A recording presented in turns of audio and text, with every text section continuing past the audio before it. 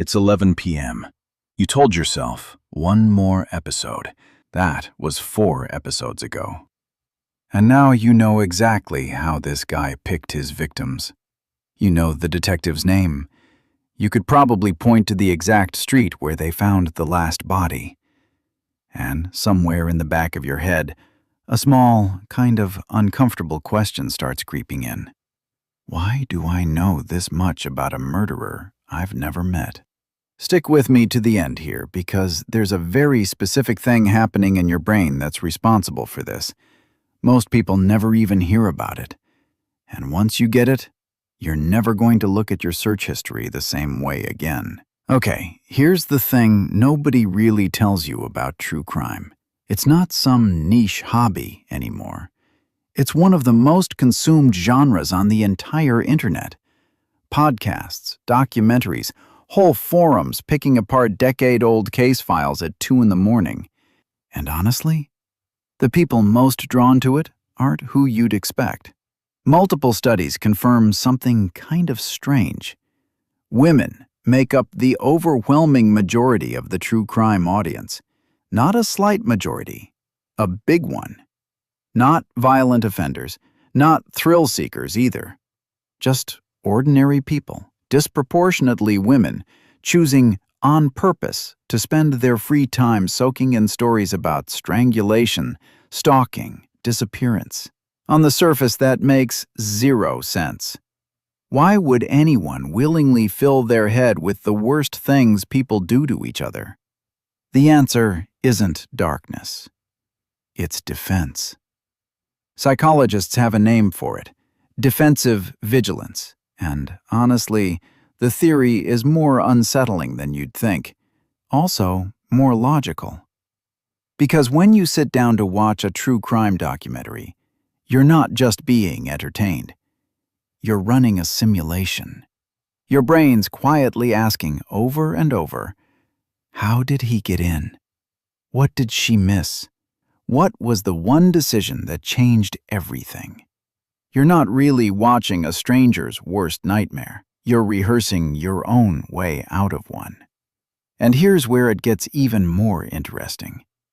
Researchers have found that people who consume more true crime tend to report feeling more prepared, not more anxious.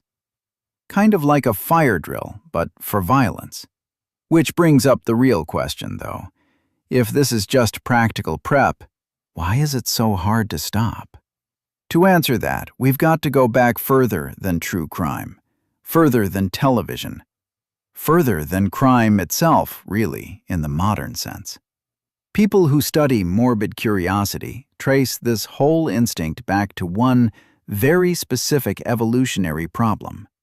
The moment early humans developed language, because language did something dangerous. It let people plan harm ahead of time and hide that plan behind a friendly face. Before language, threats were pretty obvious. A predator, a rival, someone raising a weapon at you. After language, the most dangerous person in your group might be the one smiling right at you, someone quietly plotting betrayal or theft or worse, while looking completely, totally normal, which created a brand new survival problem our ancestors had never really dealt with before. How do you spot a threat that doesn't look like one? And evolution's answer was pretty simple, actually. Collect every story you can about people who did terrible things and study them obsessively. What did the warning signs look like, looking back? What tiny, easy-to-miss detail gave it away? Which normal behaviors turned out not to be normal at all? That instinct never went anywhere, by the way, even after we stopped living in small tribal groups. It just ran out of real cautionary tales to chew on. So, we built an entire industry to feed it instead. But this is where the story stops being a comforting little fact about survival instincts and starts turning into something closer to a warning. Because the same system that used to sit with one cautionary tale around a fire maybe once a month, now has access to an infinite supply. At 2 a.m., one tap away. Your threat detection system was built for scarcity. It was never built to process an endless, algorithm-optimized stream of the worst things people do to each other. And streaming platforms know exactly what they're feeding you. Every episode ends on some loose thread. A next time. A cliffhanger they hold back until the next click. Which means this ancient, genuinely useful instinct, pattern recognition for danger, is now being pulled around by something that couldn't care less whether you're actually safer. It only cares that you keep watching. And here's the part most people never quite connect. Wanting to understand danger, totally natural. Nothing wrong with you there. But the format delivering it to you was built on the exact same psychological trick as a slot machine. Unpredictable reward on an unpredictable schedule. Your brain isn't broken for wanting to know how the story ends. It's being used for wanting to know how the story ends. Those are two very different things, and almost nobody ever draws that line for you. So, here's the payoff I promised you. The actual thing your brain's chasing isn't the murder. It's not the gore.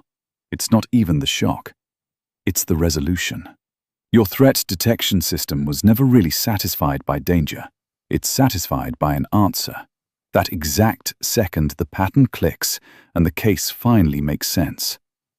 That's the moment true crime is supposed to end, as far as your brain's concerned. Understanding delivered. Lesson filed away. Alarm switched back off. Except the algorithm's whole job is making sure that moment never quite lands cleanly. One more loose thread. One more, but wait. Right as your brain was ready to close the file. So the real question was never why you're drawn to true crime.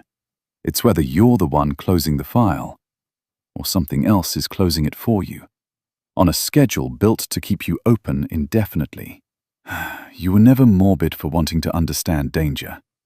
That part of you is ancient, and it's just trying to look out for you.